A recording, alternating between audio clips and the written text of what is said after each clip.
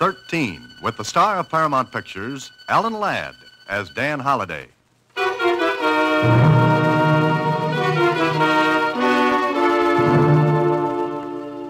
Dear Dan, I know all about your Box 13 ad in the Star Times, but I'm writing to you as a friend to come and see me. As you know, I'm teaching at Riddell College, not too far from where you are. Frankly, I've got a problem. I don't know whether it's anything you get excited about.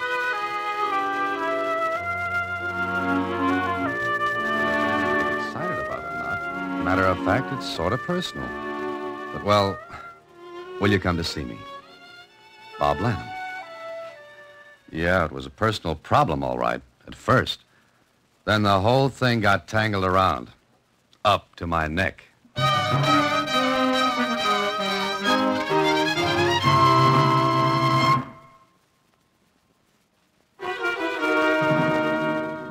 And now, back to Box 13 and Dan Holliday's newest adventure, The Professor and the Puzzle.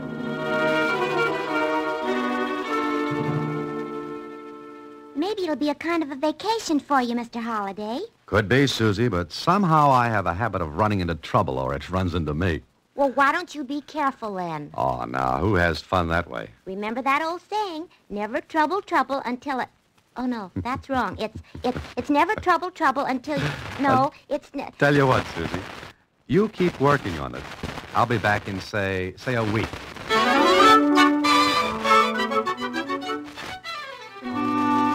Riddell College in the northern part of the state was one of those little places where classes are more important than football, and education is still the prime reason for the buildings being there. I drove to the campus, found the teachers' club where Bob stayed. He was a bachelor. And later at dinner...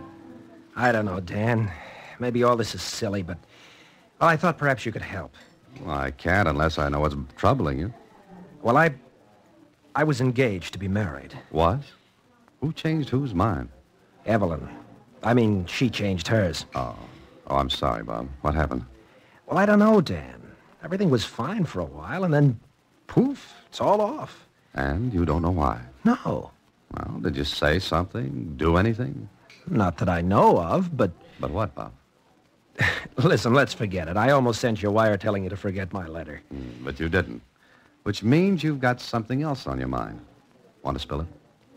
All right. But don't let Evelyn know I told you. Well, of course not. Well, everything was fine, as I said, until her uncle committed suicide. Suicide? Oh, I'm sorry, Bob. Now she's going to marry Ed Macklin. Oh, now, wait a minute. Her uncle killed himself, and that makes her break her engagement with you and tie up with this Macklin. Doesn't make much sense, does it? Not enough to do much good. That all you know? Yes. Just a day or so before he died, Evelyn sent back my ring. Just like that, huh? Oh, there was a note, but it wasn't an explanation. Just that she thought it wouldn't work.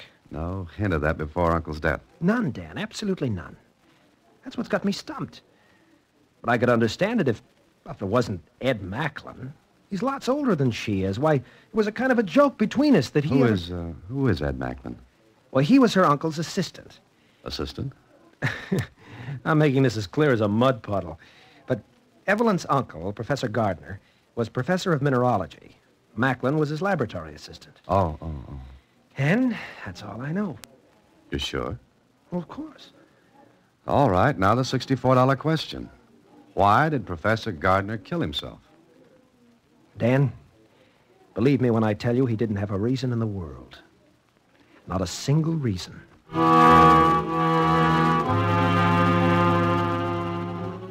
Well, that made as much sense as double talk from Alice in Wonderland. Bob stuck to it, too. The Professor Gardner didn't have a reason to kill himself. Evelyn, it seemed, had been raised by him. He was like a father to her.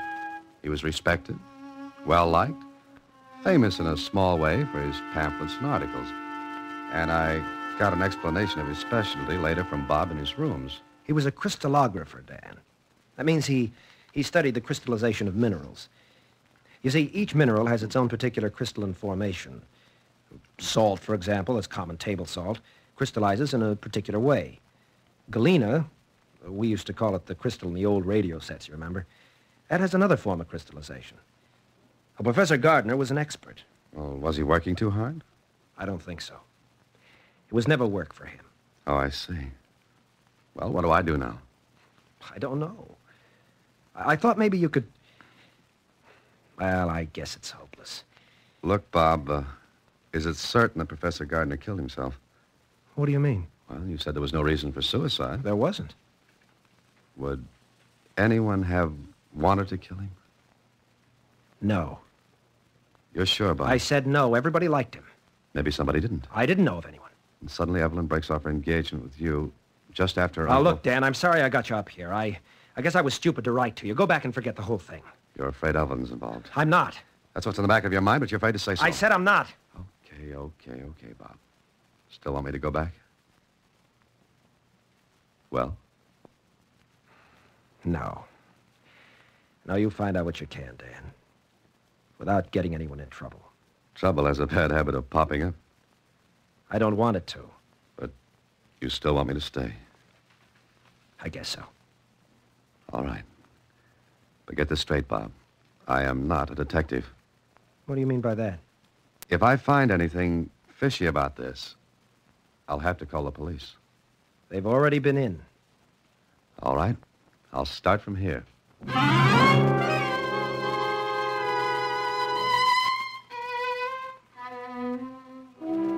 For the rest of the evening, we sat and talked. Bob was nervous. He wanted me to help because he was in love with Evelyn. But he didn't want me to help because he was afraid of what might turn up. Well, what could turn up? I found out. It was the next morning that I put in a call to Lieutenant Kling. Waited a half hour. Then ambled down to the local police department of Riddell. Oh, yes, Mr. Holliday. Lieutenant Kling called here. Told me about you. I asked him to, Name's Carson. I'm chief of police here. Yes, I know. What can I do for you, son? Well, if I'm butting in where I don't belong, just say so, will you? Can't tell that till you spit out what's on your mind. Chief Carson leaned back, lighted a corncob pipe, and waited for me to start talking. I liked him. Behind that pink face was a good, shrewd mind. I told him I had come to Riddell, and when I'd finished... Uh-huh. You ain't a detective. No, not even a private one. Just helping a friend, eh? That's all. Well, can't say as I can tell you any more than Bob Lenham did. You sure? Yep. Found Professor Gardner in his laboratory. Oh, at the college?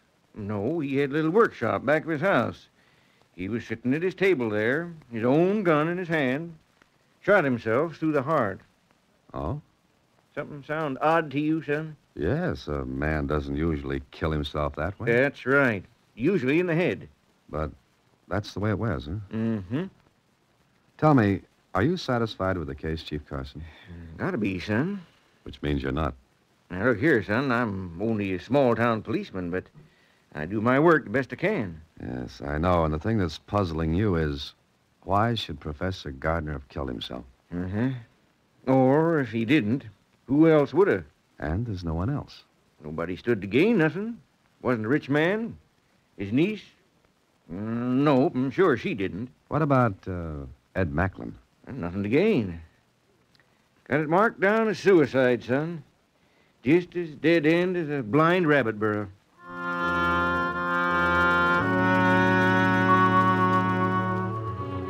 And so it was. A dead end.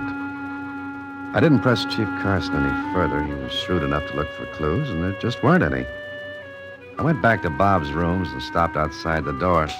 Sounded as though a square dance were going on, with hot music. I opened the door fast.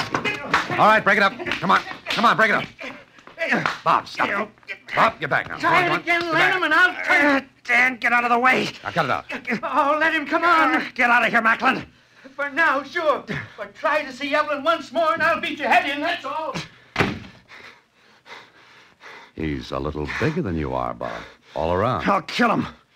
Now, take it easy. What happened?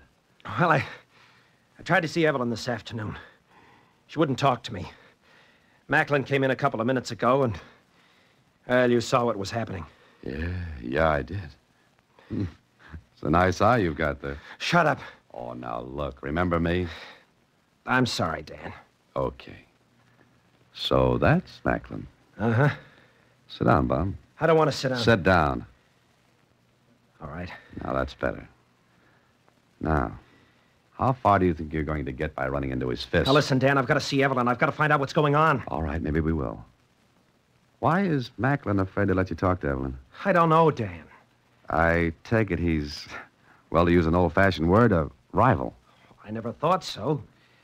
But then, just before her uncle's suicide, she suddenly switches to Macklin. But why? Why should she? If we find the answer to that, Bob, we'll find out a lot of things. Now, let's get a side of beef and fix up that eye. You're going to look pretty silly teaching class tomorrow with a shiner.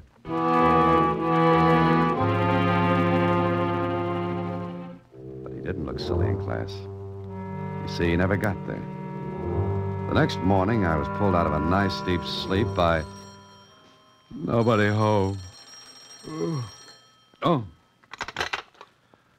Hello. Dan? Yeah, sure. Bob? Yeah. Dan, I'm in trouble. Great. How could you get in trouble at 6 in the morning? It's too early. It's not a joke, Dan. I'm in jail. Huh? For what? For killing Ed Macklin.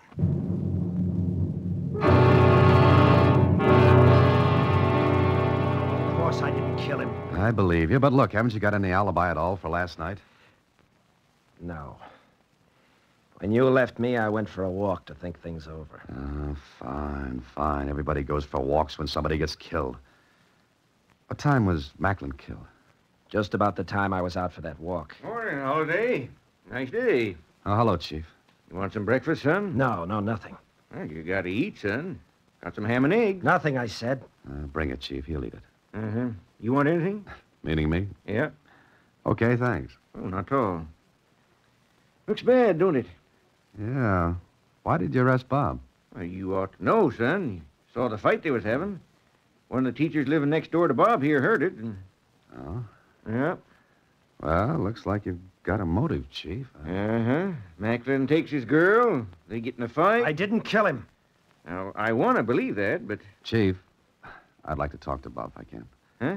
Oh. All right, I'll get the ham and eggs. Be back in maybe 10 minutes. Don't you believe me, Dan? Oh, of course I do, Bob. Look, how was Macklin killed? Knife. His own. Uh-huh. Now, listen, I've got to see Evelyn. What for? Because I believe everything goes back to her uncle and his death. How? I don't know. I'd like to find out. Nothing makes sense. Nobody had a motive for killing Professor Gardner. And everyone says he couldn't have killed himself because he didn't have a reason. So what have you got? What have I got? Bob, I haven't the faintest idea. Yet.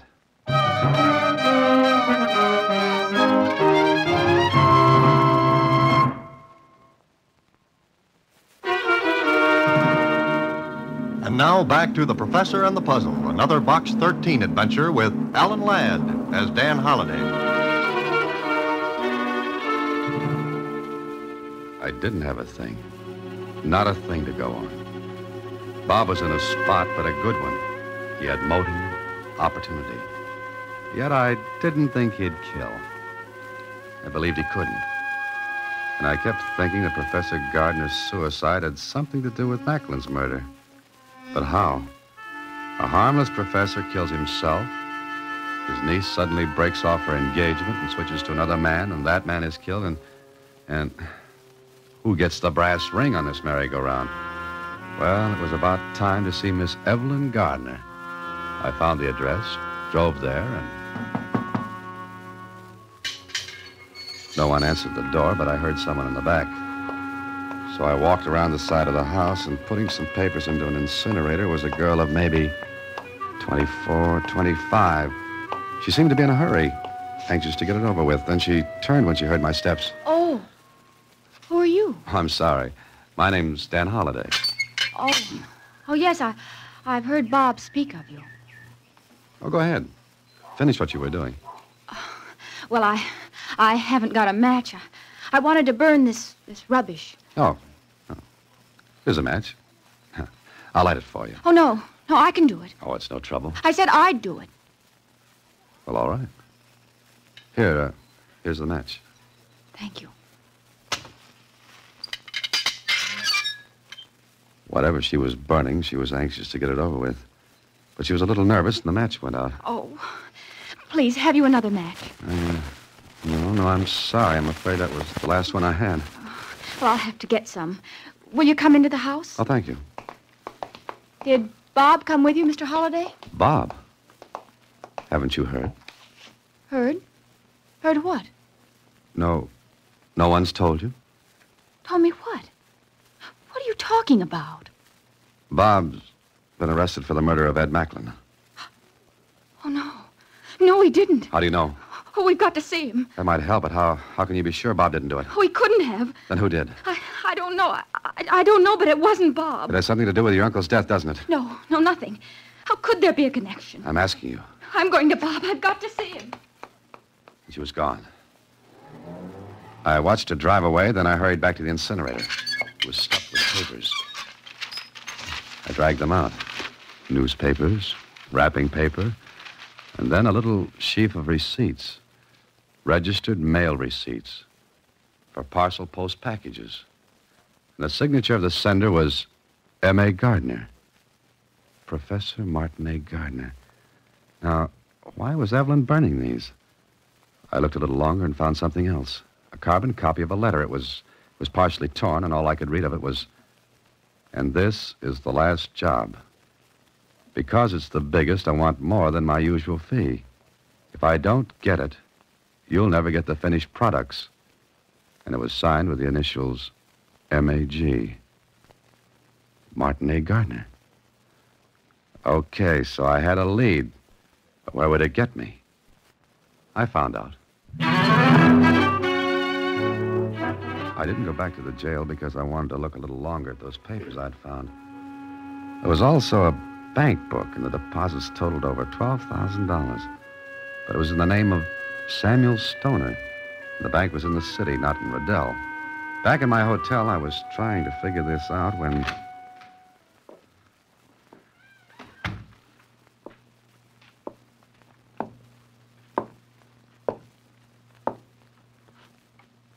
Hello.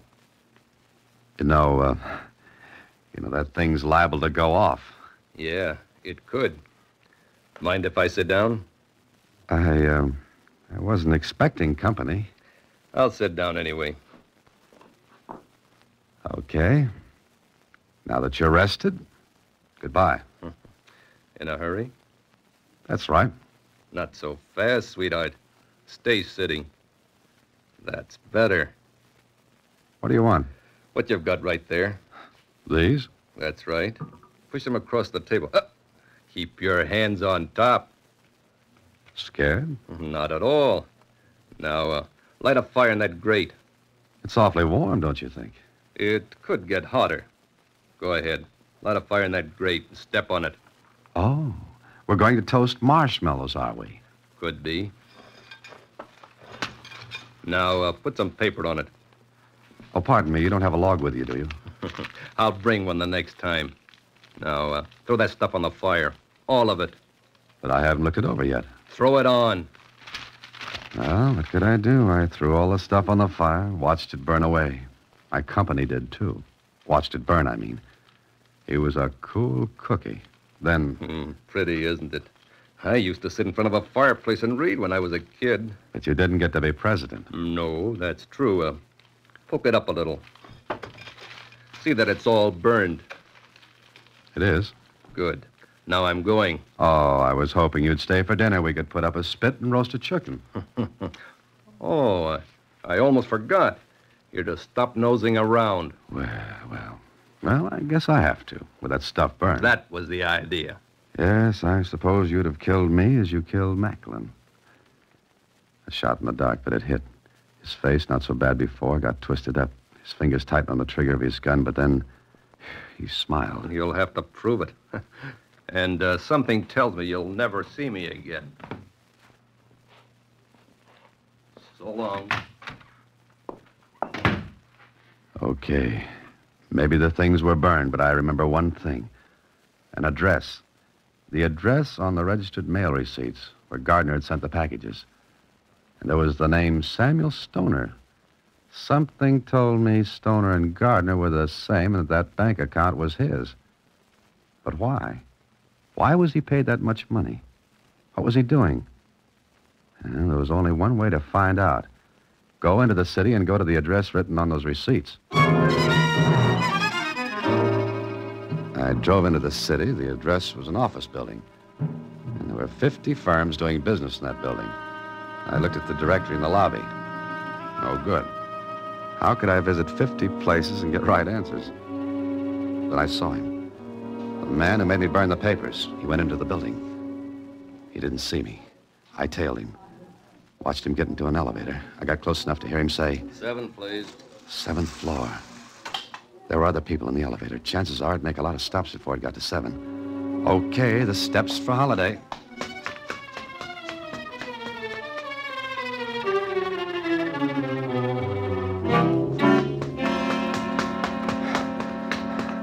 I wondered if I'd made it then.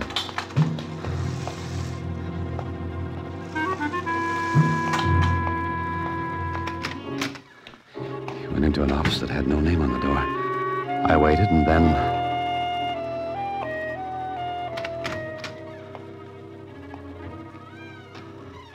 There was an outer office with no one in it. What about it? Then I heard voices. Are we clear? Macklin's dead. You killed him, I suppose. Uh-huh. But it looks like someone else did. It was a perfect setup for a frame. Oh, the niece business, huh? Yeah. Oh, and there was another guy nosing around. He picked up some stuff the girl was going to burn. Who was he? Why didn't you... Look, 2 bump-offs are enough. I only signed for the gardener job. All right. Here's your money. Now that I know what the gimmick was, I want more. Oh? Yeah. Don't reach for anything. All right, I'll cut you in on this. That's better. Wait a minute. This other fella. Don't worry. I made him burn the stuff he took from the incinerator. You idiot, you should have... I told you killing Macklin wasn't in on the deal. But he had this. I had to kill him to get it. You sure you're clean on the gardener thing? I know I am. I killed him with his own gun while the machines in that shop were running. Nobody heard the shot. Suicide. All right, now get out of here. I'm taking this with me. Put that down. Don't worry. We'll split on it. I just want to make sure there's no double cross. Now, see you later. I stepped back, waited. Then as he came through the door, I knocked the gun out of his hand and grabbed it. Stay where you are. What the... Well, so you were followed here. Shut up. I'll take what you brought back. No. Hand it over, Cookie. Come on. Well, well, well. Okay, let's all take a trip to headquarters. Well, with those 2 sweethearts safely tucked away, I began to put the pieces together. I did some reading, then I went back to Riddell. Went back to see Bob. Dan, where you been? Playing tag with a man, Bob. Got a phone call, Holiday, from the city. You're letting me out? I think they are. Yep. No more free meals on the town, Bob. Come on. But Dan, what happened? We've got to go see Evelyn right away and straighten out a few things. Now,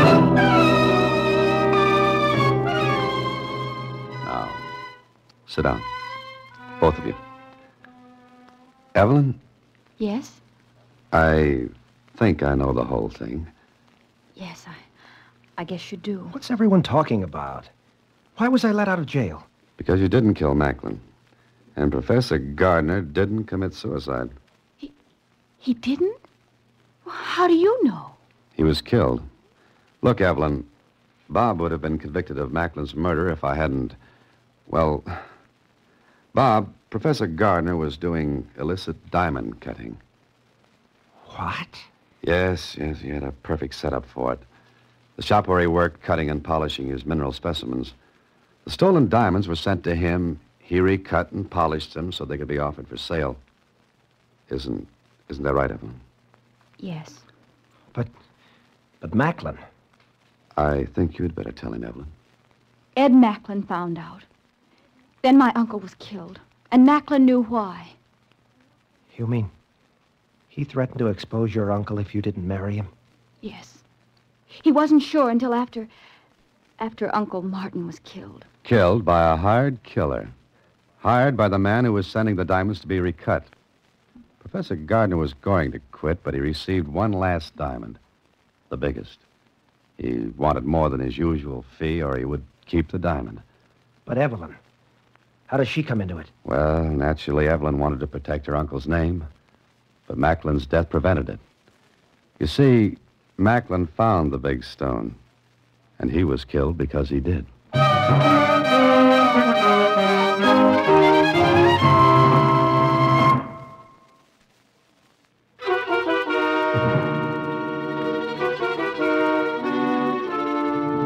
Welcome back, Mr. Holliday. Did you have a nice vacation? Susie, it was just as if I'd never been away. Huh? You mean you didn't take a vacation at all? Well, not exactly, Susie. Oh. You mean it was like a typical holiday? What? I made a joke. Get it? Oh. Good night, Susie. Next week, same time, through the courtesy of Paramount Pictures, Alan Ladd stars as Dan Holliday in Box 13. Box 13 is directed by Richard Sandville with an original story by Russell Hughes. Original music is composed and conducted by Rudy Schrager. The part of Susie is played by Sylvia Picker. Production is supervised by Vern Karstensen. This is a Mayfair production from Hollywood. Watch for Alan Ladd in his latest Paramount picture.